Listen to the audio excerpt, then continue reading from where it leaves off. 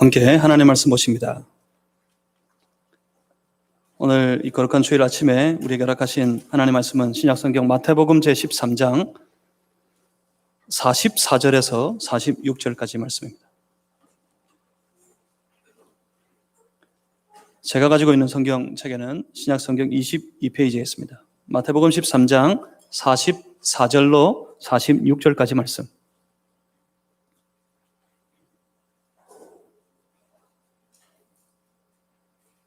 오늘 예배를 드리는 우리 무리에게 허락하신 살아계신 우리 아버지 하나님의 말씀입니다. 우리 다 같이 함께 한 목소리로 마태복음 13장 44절에서 46절 말씀을 합독하시겠습니다.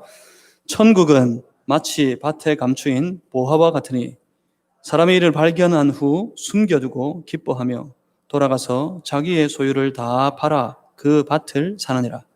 또 천국은 마치 좋은 진주를 구하는 장사와 같으니 극히 값진 진주 하나를 발견하며 가서 자기의 소유를 다 팔아 그 진주를 사느니라. 아멘. 제가 잠시 기도하겠습니다. 살아계신 하나님, 말씀 중에 우리를 찾아오시고 우리 가운데 임하시는 하나님, 주의 성령의 크신 은혜와 능력으로 인하여서 우리를 찾아와 말씀하시는 주님의 선한 뜻을 이 말씀 가운데 우리 잘 분별할 수 있도록 도와주시옵소서. 성령님, 능력을 부어주시옵소서. 말씀 따라 살아갈 수 있는 그 능력을 지금 우리에게 부어주시옵소서. 한 주간의 우리의 삶이 그리하여 이 말씀을 따르는 복되고 거룩한 삶이 되게 해 주시옵소서.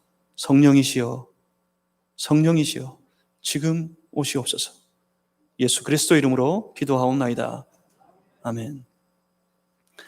오늘 거룩한 주일 아침입니다. 함께 이 거룩한 예배의 자리, 주의 몸된 교회로 예배 드리기 위해 모이신 여러분들을 다시 한번 주님의 이름으로 축복하고 환영합니다. 교회는 그렇게 예배로 하나님을 높이도록 주의 영광을 나타내도록 부르심을 받은 우리 주의 백성들의 모임입니다. 그 교회는, 그리고 그 교회를 세우는 모든 신앙의 사람들은 하나님 앞에서 살아있는 생명체와 같아서 매일매일 그 생명 안에 운동하며 자라갑니다. 교회는 자라가야 합니다. 그리고 신앙은, 교회를 세우는 우리의 모든 신앙은 또한 자라가야 합니다. 그렇습니다. 교회라면, 만약 우리가 신앙의 사람이라면 그렇게 자라가도록 우리 안에서 운동하는 생명력이 있어야 합니다. 고이거나 정체되면 그 물은 반드시 썩습니다. 우리의 신앙이 그 한자리에 머물러서 전혀 자라지 못하고 고이거나 정체가 되면 반드시 뒤로 퇴보하고 도태될 것입니다. 교회가 그렇습니다. 교회가 지난 모든 시간들에 매여서 고이거나 정체가 되어버리면 그 교회는 결국 도태되어버릴 겁니다. 그래서 살아있어야 합니다. 그래서 운동해야 합니다. 그 운동할 수 있는 생명력이 우리 안에 있어야 합니다.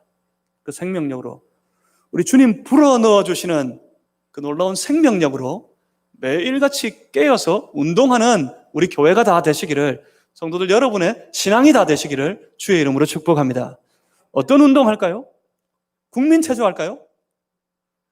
요즘에는 국민체조가 아니고 요즘 아이들은 다른 체조하던데, 그런 체조할까요? 숨쉬기 운동할까요?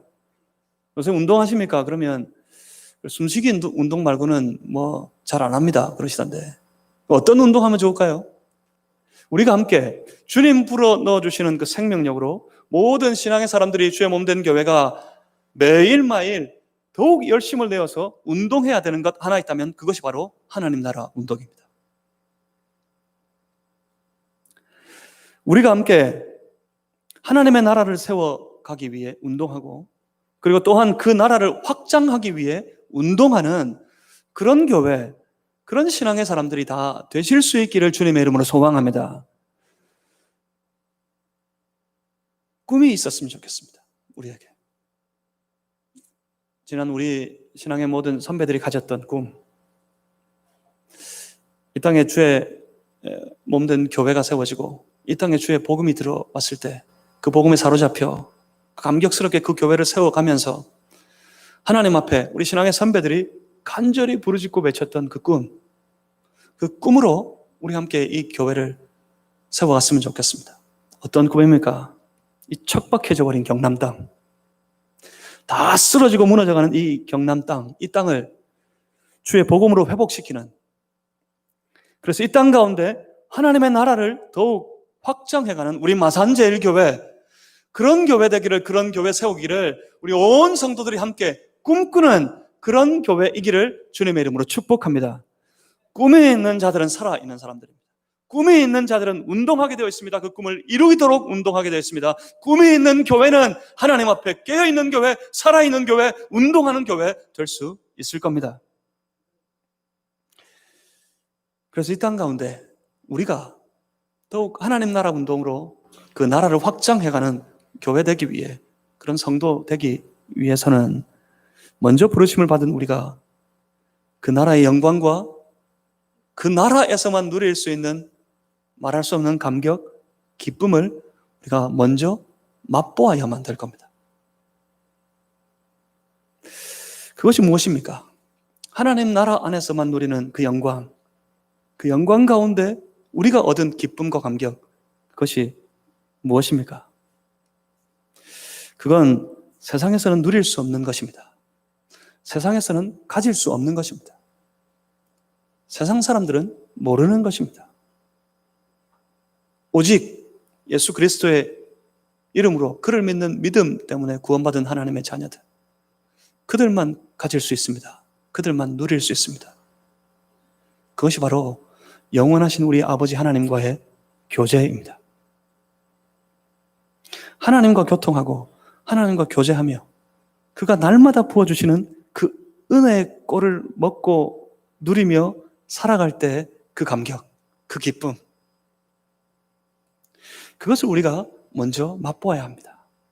그것은 모든 쓰러진 것을 일으켜 세웁니다.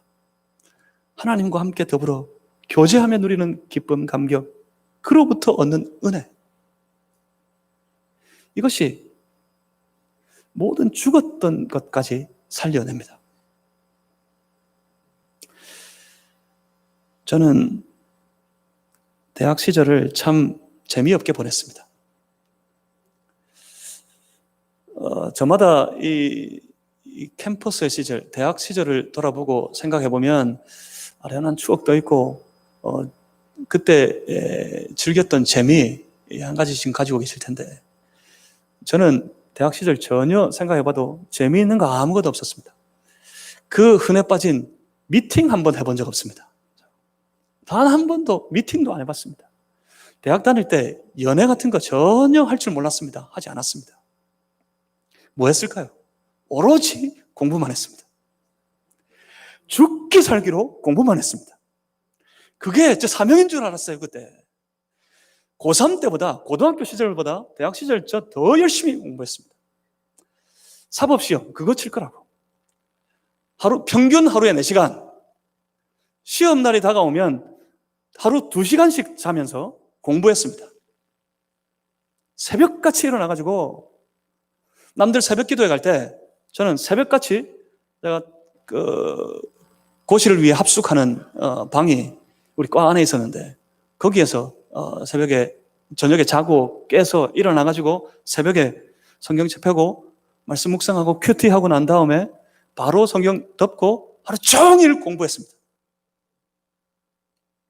그리고 주말이면 좀 쉬어도 될 텐데, 주말이면 금요일 오후에 그 합숙소에서 나와가지고 교회로 갔습니다.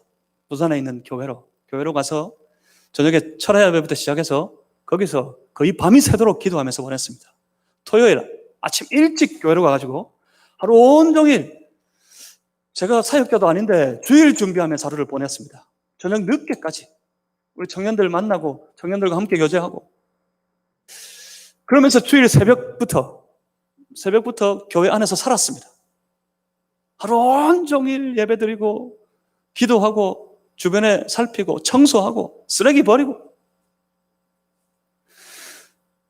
주일 저녁에 늦게 집으로 돌아갑니다. 바로 학교로 갔습니다. 학교로 가서 자고 월요일 새벽에 일어나서 말씀 묵상하고 큐티하고 또 공부를 시작하고 나중에 지쳤어요. 내가 이렇게 살아야 되나? 이렇게 재미없게. 남들 저렇게 재미있게 학창시절 보냈는데 나는 이게 뭐야 싶었습니다. 교회 가가지고 은혜를 받고 좀 회복이 되면 좋을 텐데 이놈의 교회를 갔더니 아주 고리타분하고 답답하고 뭔 쓸데없는 소리만 외치는 것 같고 청년들 불러도 오지도 않고 혼자서 일 다 했습니다. 함께 하자 그래도 예 합시다 그래 놓고는 아무도 안 돕습니다. 아무도 안 합니다. 중고등부 학생들 제가 설교하면서 섬길 때였는데 아이들 부르고 외칠 때 교사들 도와주지도 않고 따라주지도 않고 힘들고 지쳤어. 나중에는 불평이 생깁니다. 뭐 이게 도대체 내가 잘 가고 있는 건가? 잘 하고 있는 건가? 막 불만이 터지려고 합니다. 교회를 향한 불만, 그리고 내 생활을 향한 불만. 이 불만이 막 터지려고 해요. 이건 뭐 공부를 때려치우든지 예배를 때려치우든지 둘 중에 하나는 해야지 뭐가 숨이 터질 것 같고 살아갈 것 같았습니다. 매일 아침마다 묵상할 때, 큐티할 때 그때 주시는 말씀이 저를 회복시키고 저를 다시 일으키고 다시 그 길을 달리도록 이렇게 돕는 힘이었습니다. 그런데 어느 아주 무더운 여름이었습니다. 여름날 월요일 새벽에 이 새벽 시간에 새벽 4시입니다. 제가 꼭 새벽 4시에 일어나서 큐티를 했었기 때문에 새벽 4시에 성경책을 어느 때처럼 큐티를 사모하면서 말씀 사모하면서 성경책을 딱 폈는데 당시 제가 이사야서 말씀을 묵상하고 있었습니다. 이사야서 43장 1절을 딱 읽는데 그럽니다. 당시 제가 제 마음속에 불만이 꽉 차 있었어요. 특히 교회를 향한 불만. 생각하면 답답하고 아주 고루하고. 그런데 그렇게 말씀하십니다. 내가 너를 구속하였고 내가 너를 지명하여 불렀나니 너는 내 것이라. 저는 그때 이 말씀이 저에게는 그렇게 들렸습니다. 너는 내 것이라 하시는 하나님. 하나님이 마치 부르시는 것 같았어요. 사랑하는 내 아들아, 동신아, 사랑하는 내 아들아, 내가 너를 사랑한다.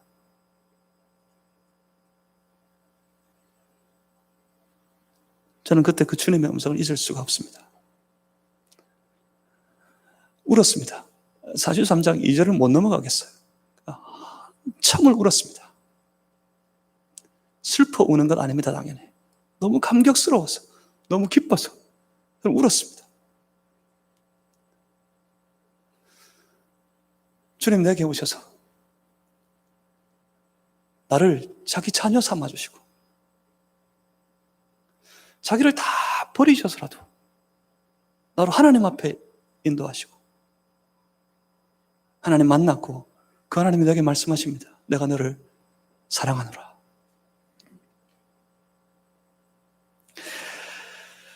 그때 알았습니다. 내 모든 삶이 나를 사랑하시는 하나님, 그분 때문임을 알았습니다. 내 모든 삶의 길이 오직 나를 사랑하시는 하나님, 그분을 위한 것임을 내가 알았습니다. 그가 나를 사랑하시면 내가 나를 사랑하시는 주를 위해서라면 세상에 어떤 것도 두렵지 않고 세상에 어떤 것도 어렵지 않고 세상 어떤 환경 속에서도 기쁘고 감격스럽게 살아갈 수 있겠다. 다시 일으켜 세웠습니다.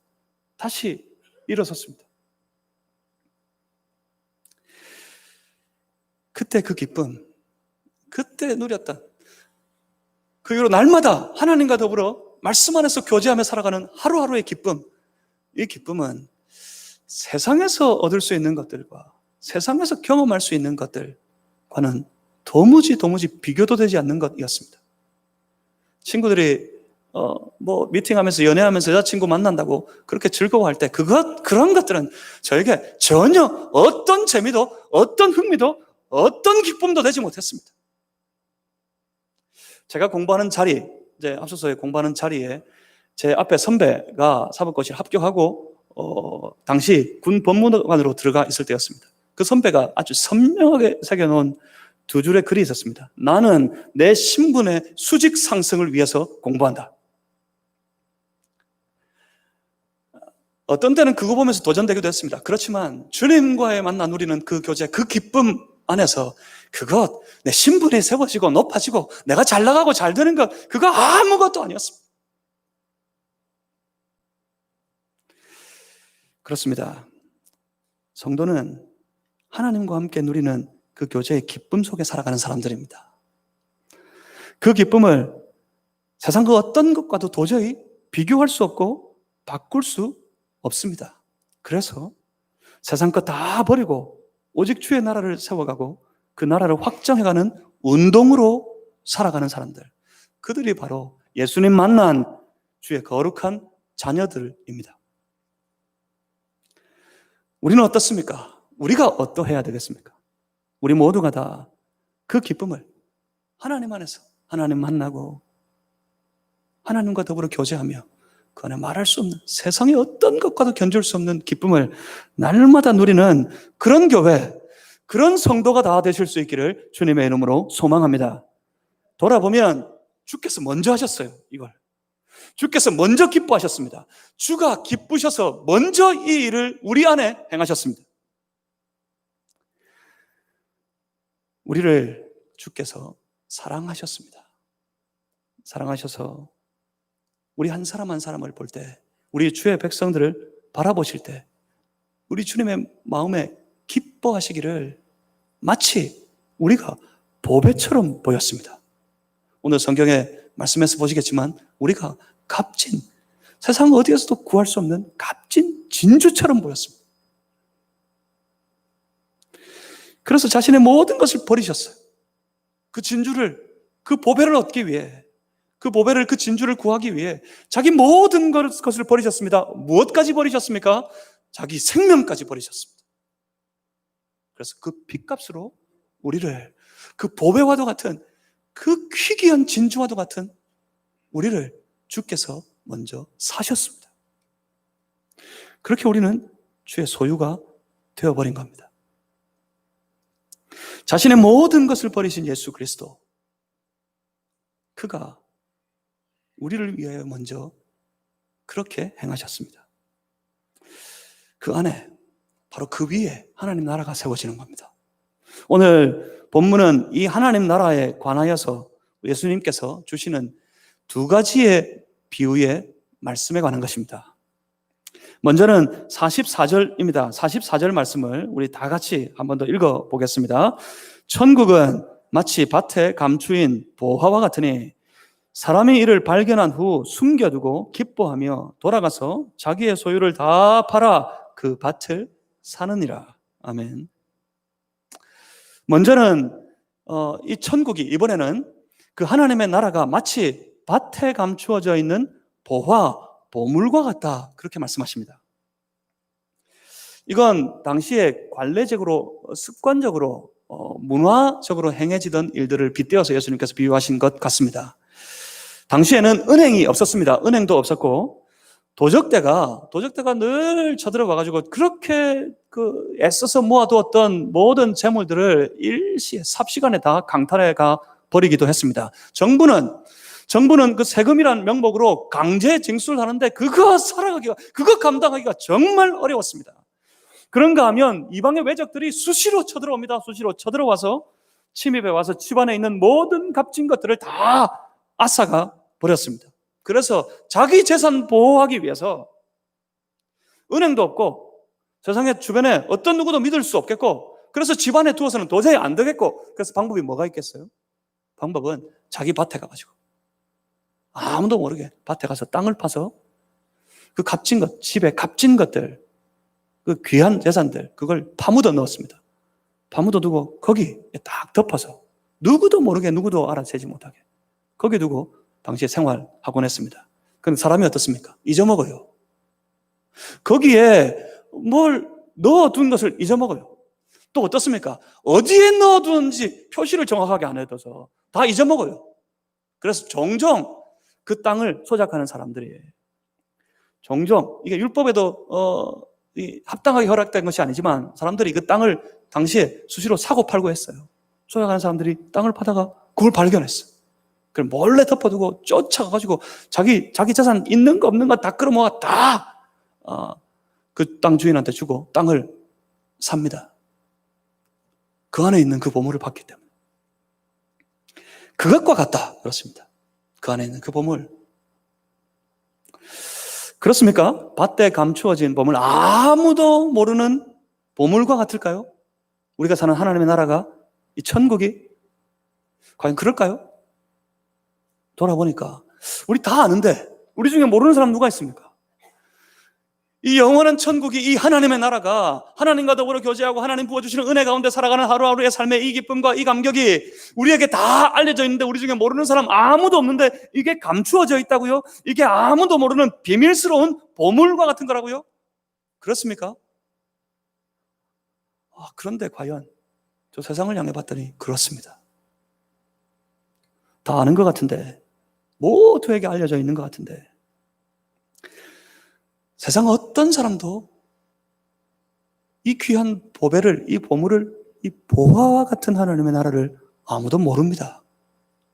돌아봤더니 우리에게만 비추어졌어요. 우리에게만 알려졌어요. 세상은 이해할 수 없습니다. 세상은 우리 그리스도인들이 살아가는 이 삶을 이해할 수 없습니다. 일주일 내도록 지치고 힘든 세상의 삶을 고단하게 살아가다가 주말이 되면 특별히 이 주일이 되면 좀 쉬면 될 텐데 이 사람들은 틈만 나면 교회 갑니다. 교회 와서 기도합니다. 어렵고 힘들 때 기도하면서 회복한답니다. 어렵고 괴로울 때 찬양하면서 하나님 은혜를 경험한답니다. 하나님 앞에 예배 드리면서 모든 것이 살아나고 회복된답니다. 세상 사람들이 볼 때 도무지 이해할 수 없는 사람들이에요. 단지 우리 믿는 자들의 삶을 보면서 세상은 그저 어리석어 보일 뿐입니다. 왜 그렇습니까? 왜요? 왜냐하면 그들의 눈에는 안 보이니까요. 그들의 눈에는 살아계신 하나님이 보이지 않습니다. 그리고 그들의 눈에는 살아계신 하나님과 더불어 살아가는 주의 거룩한 자녀들의 이 사는 하나님의 나라가 보이지 않습니다. 그들은 볼 수가 없습니다. 우리가 그 나라를 누리며 그 기쁨 가운데, 그 감격 가운데 살아가는 이 삶을 세상은 결코 알 수도 없고 이해할 수도 없습니다. 하지만 여러분, 저와 여러분 우리 모두는 어떻습니까? 우리는 보았습니다. 우리는 우리를 사랑하셔서 사람의 몸을 이 땅에 입고 오신 우리 주 예수 그리스도를 만났습니다. 그가 우리의 모든 죄를 대신 지시고 죽으심으로 우리를 구원하심에 놀라운 감격을 맛보았습니다. 우리는 그 예수님을 통해서 다시 하나님 앞에 나아가게 되었습니다. 그리고 그 하나님 앞에 나아가 그 하나님과 다시 연결되어져서 날마다 그 하나님과 더불어 누리는 교제의 삶을 살아가게 되었습니다. 그 하나님과 누리는 그 교제 안에서 말할 수 없는 기쁨, 감격을 또한 맛보며 우리는 살아가게 되었습니다. 여러분 아십니까? 이게 신앙의 핵심입니다. 신앙은 딴 데 있지 않습니다. 신앙의 삶은 다른 것에 있지 않습니다.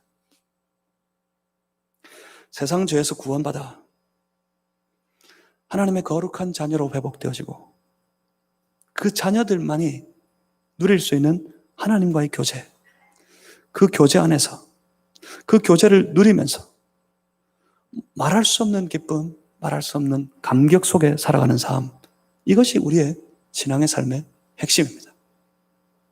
신앙의 삶은 딴 데 있지 않습니다, 여러분. 우리가 아는 것, 우리가 행하는 것에 신앙의 핵심이 있는 것이 아닙니다. 신앙의 핵심은 먼저 여기에 있어야 돼요. 우리가 아는 것이, 우리가 행하는 모든 일들이 온전해지기 위해서는 이것이 먼저 회복되어 있어요. 예수 그리스도를 통해 하나님 만나고 하나님과 더불어 함께 교제하며 그 교제 안에서 기뻐하고 즐거워하고 감격스러워하는 그 삶이 신앙의 가장 핵심임을 주께서 그것을 원하셔서, 하나님께서 그것을 원하셔서 우리를 찾아오시고 우리를 만나주시고 우리와 더불어 교제하기를 원하시는 것을 우리가 깨달아 알아서 우리의 삶 속에 이 핵심을, 이 교제를, 그 교제 안에서 기쁨을 다 회복할 수 있어야 됩니다. 이 기쁨이 있어야 우리가 알고 있는 신앙의 모든 지식들이 의미가 있어집니다. 이 기쁨이 있어야 그 신앙 가지고 주의 몸된 교회를 위해, 주의 나라를 위해 우리가 열심히 충성하고 봉사하고 섬기는 모든 섬김이 의미가 있어지는 겁니다. 이 기쁨이 사라지면 팍팍해져요. 이 기쁨이 사라지면 괴로워져요. 아는 것도 행하는 것도 전부 힘겨워져요. 이 기쁨이 사라지면 그저 신앙은 인내하는 것밖에 없어 보입니다. 그러니 매일 하나님 만나시길 바랍니다. 그러니 매일 하나님과 더불어 교제하시길 바랍니다. 말씀을 묵상하며 하나님과 교제하고, 하나님의 이름을 부르며 찬양하면서 하나님과 더불어 교제하고, 주 예수 그리스도의 이름으로 하나님 앞에 올려드릴 기도로 하나님 만나고 하나님과 더불어 교제하고, 우리의 모든 삶 속에서 말씀과 찬양과 기도 가운데 날 만나주시는 하나님과 더불어 동행하고, 그 하나님 때문에 기뻐하고 즐거워하고 행복해하는 그런 신앙의 삶이 우리 안에 회복되어져야 합니다. 자꾸 딴 데 눈을 둬요. 딴 걸 바라봐요. 이것을 누려야, 그 기쁨과 그 감격을 누려야 신앙이 일어섭니다. 신앙이 성장합니다. 그리고 그 기쁨과 그 감격, 그 안에서 매일 부어주시는 우리 주님의 은혜, 그 은혜를 맛보면 무너지고 쓰러질 것 같은 삶도 다시 일어서게 됩니다. 주 안에서 누리는 그 교제와 그 교제의 기쁨, 그 감격과 그 감격 안에 부어주시는 은혜는 이제 더 이상 못 살겠다, 내가 더 이상 살아갈 수가 없다, 내 삶을 포기해야 되겠다 하는 사람조차 다시 살아갈 소망과 희망을 얻도록 만들어버립니다. 그런데 그 기쁨을, 우리 아는 그 기쁨, 그 감격을 세상은 모릅니다. 세상은 답답하리만치 몰라요.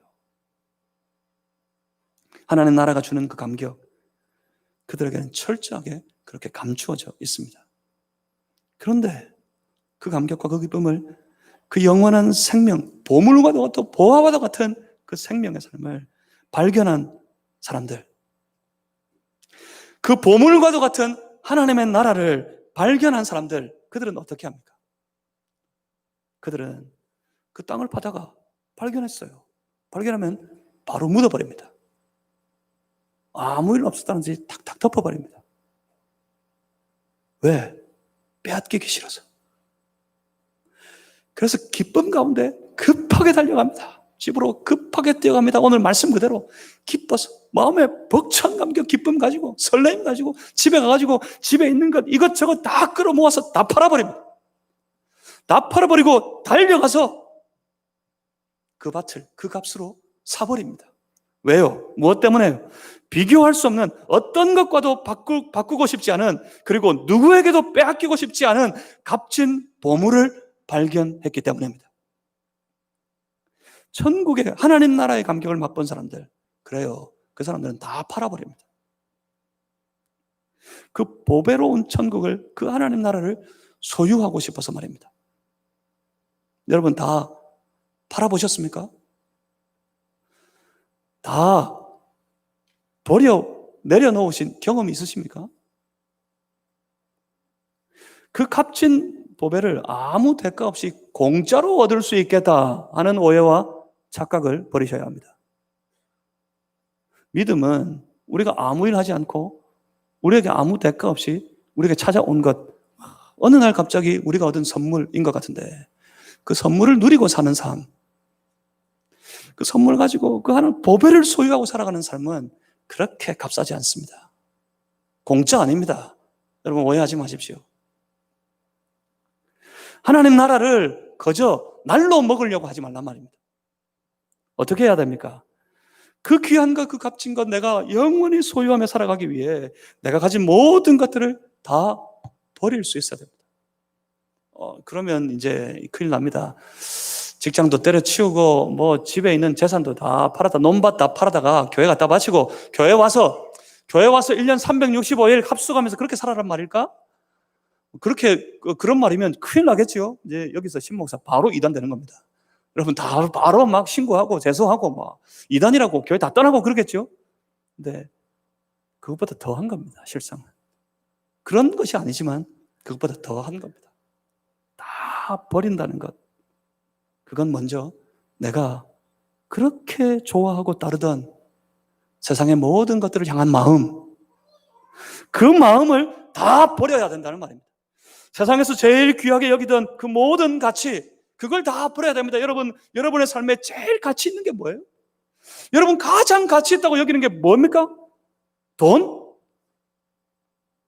권력? 내 이름? 잘 나가는 내 자식? 날로 커져만 가는 내 사업? 불어가는 내 은행의 잔고? 이런 것들에 가치를 두고 사십니까? 그렇다면 하나님 나라를 만났을 때, 그 보배로운 하나님의 나라를 경험했을 때 이걸 버려야 돼요. 이 가치를, 여기에 가치를 두고 살던 내 모든 삶을 버릴 수 있어야 됩니다. 예수님 만나고 나면, 하나님 나라의 큰 기쁨을 경험하고 나면 세상 사람들과는 전혀 다른 것에 가치를 두고 살기 시작합니다. 그 삶의 가치관이 완전히 바뀌어져 버립니다. 어떻습니까? 세상의 사람들은 오직 나, 내 것, 내 소유, 내 일, 내 가족, 온통 자기 자신을 중심으로 살아가지만, 하나님 나라를 살아가는 주의 백성들은 내게 있는 그 모든 것들이 실상은 내 것이 아니라 하나님의 것임을 알게 되었습니다. 내게 있는 전부가 다 내게 아니에요. 내 가족도, 내 자식도 내게 아니더라고요. 내게 있는 재물, 내게 주어진 이 귀한 이름, 이 전부 내게 아니더라고요. 그것은 전부 처음부터 하나님의 것이었습니다. 그래서 그들은 자기 자신을 위해, 나를 위해서가 아니라 오직 하나님을 위하여서 살아가게 됩니다. 그 안에서 누리는 그 감격, 그 기쁨, 그게 너무 크고 너무 좋아서 이전에 가졌던 모든 것을 마치 빌립보서 3장에서 사도 바울이 고백했던 것처럼 다 전부 하나같이 배설물로 마치 똥과 같이 여겨버립니다. 아무런 가치가 없어요. 아무런 기쁨이 없어요. 거기에 세상 바라보고 살아가던 그 모든 것들에, 세상 사람들이 지금도 좋다고 쫓아가는 그 모든 일들에 이제는 더 이상 아무런 가치가 없어요. 그런 것 바라보지 않아요. 그런 것 전부 다 마치 배설물, 똥처럼 돼버렸어요. 그래서 기꺼이 세상 줬던 것 다 내려놓고 세상의 삶을 다 포기하고 오직 하나님과 그가 다스리시는 하나님의 나라를 붙잡고 살아가게 됩니다. 다 버리고, 그게 보배와 같은 그 감격, 이 복음, 이 하나님 나라, 날 만나주시고 나를 자녀 삼아주시고 내게 말씀하시고 내게 응답하시고 나를 도와주시고 나를 인도하시고, 그렇게 하루하루 살아가는 삶, 이것이 너무 보물과도 같아, 너무 값진 보물과도 같아 자신의 삶을 다 버리고 그 보물을 샀습니다. 여러분 아십니까? 이게 하나님 나라입니다. 이렇게 하나님 나라가 우리 안에 세워지는 겁니다. 그리고 또 한 가지, 우리 주님도 그렇게 하셨어요. 실상은 우리 주께서 먼저 그렇게 하셨습니다.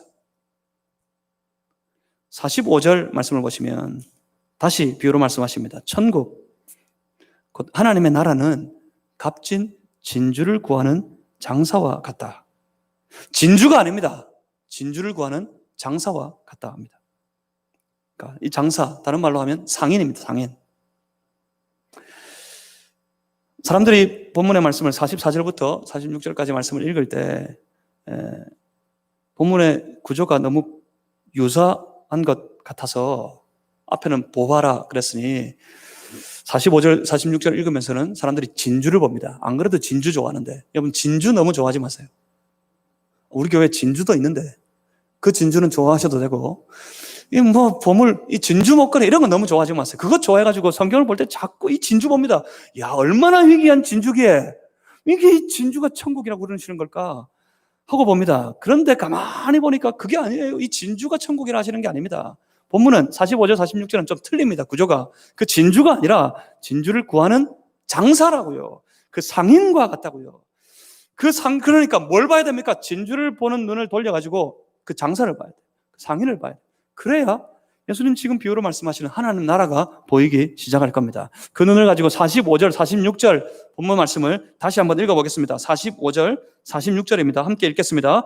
또 천국은 마치 좋은 진주를 구하는 장사와 같으니 극히 값진 진주 하나를 발견하며 가서 자기의 소유를 다 팔아 그 진주를 사느니라. 아멘. 진주를 구하는 장사와 같다. 하나님 나라가.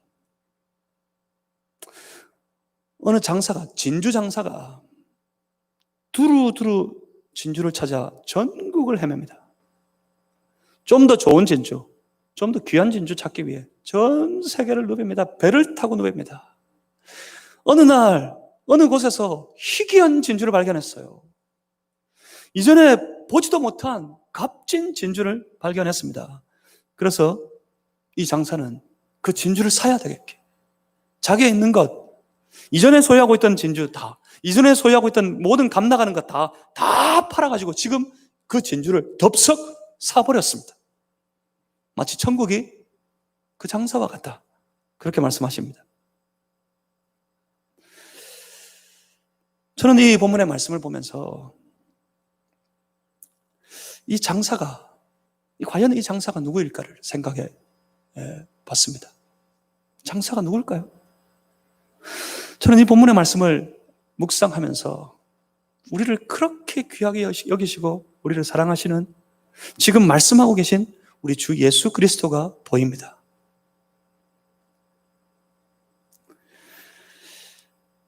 이 안에서, 이 말씀 안에서 잃어버린 자기 사람들, 잃어버린 자기 자녀들, 그들을 두루두루 찾아 헤매이시는 우리 주님.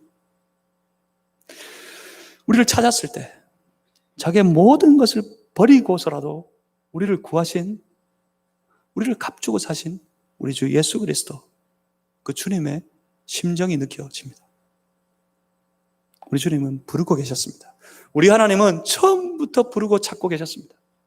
찾아 헤매셨습니다. 어디 있는지 다 떠나버려서 멀리 멀리 떠나 꼭꼭 숨어서 전혀 드러내려 하지 않고 전혀 보이려 하지 않고 하나님과는 전혀 관계없는 마치 세상 사람처럼 처음부터 세상이었던 것냥 그 세상으로 살아가고 있는 그 자기 백성들, 그들을 찾기 위해 두루두루 온 세계를 누비면서 헤매고 찾고 계셨습니다.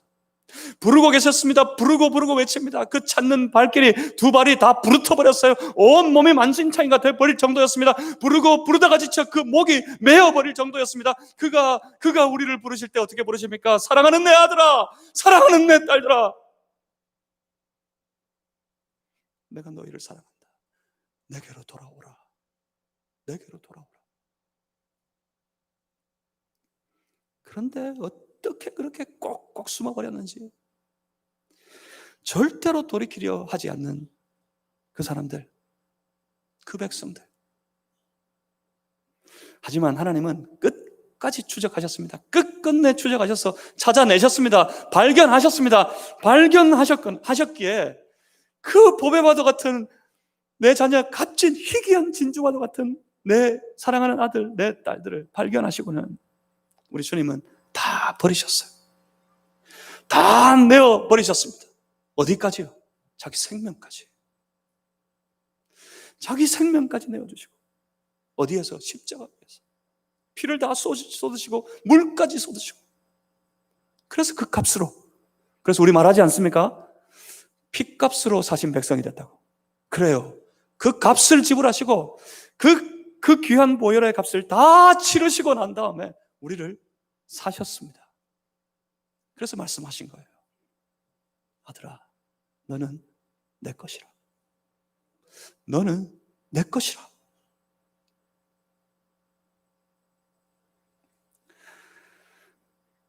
주께서 흘리신 보혈의 피, 그 피값으로 사셔서 주의 소유가 되어버린 그 값나가는 진주, 그 희귀한 진주. 그러면 이 비유의 말씀에서 그 상인이, 그 장사가 자기 소유를 다 팔아 다 버리고 이렇게 구한 그 진주는 누구란 말일까요? 그 진주가 누굴까요? 이 보배가 누굴까요? 그래요. 그 진주가 바로 저와 여러분, 우리 모두가 함께 모여 세워가는 이 교회, 그 교회란 말입니다. 여러분이란 말입니다. 우리 주님은 여러분 한 사람 한 사람을 그렇게 값진 진주와 같이, 보배와 같이 여기고 계시더란 말입니다. 이것이 오늘 하나님 나라를 살아가는 주의 백성들이 가진 힘입니다. 우리가 가진 은혜입니다. 주님이 우리를 사랑하셔서, 주님이 우리를 귀하게 여기셔서, 얼마나 사랑하셨든지, 얼마나 귀하게 여기셨든지, 우리를 구하시기 위해, 우리를 사시기 위해 자기의 그 귀한 보혈의 피 다 쏟으시고 결국 하나님이신 그분이 자기 생명을 포기하셨습니다. 그래서 나를 살리셨습니다. 그래서 오늘 우리는 그 은혜 위에서, 날 살리신 주님의 그 은혜 위에서 오늘도 살아갈 수 있는 겁니다.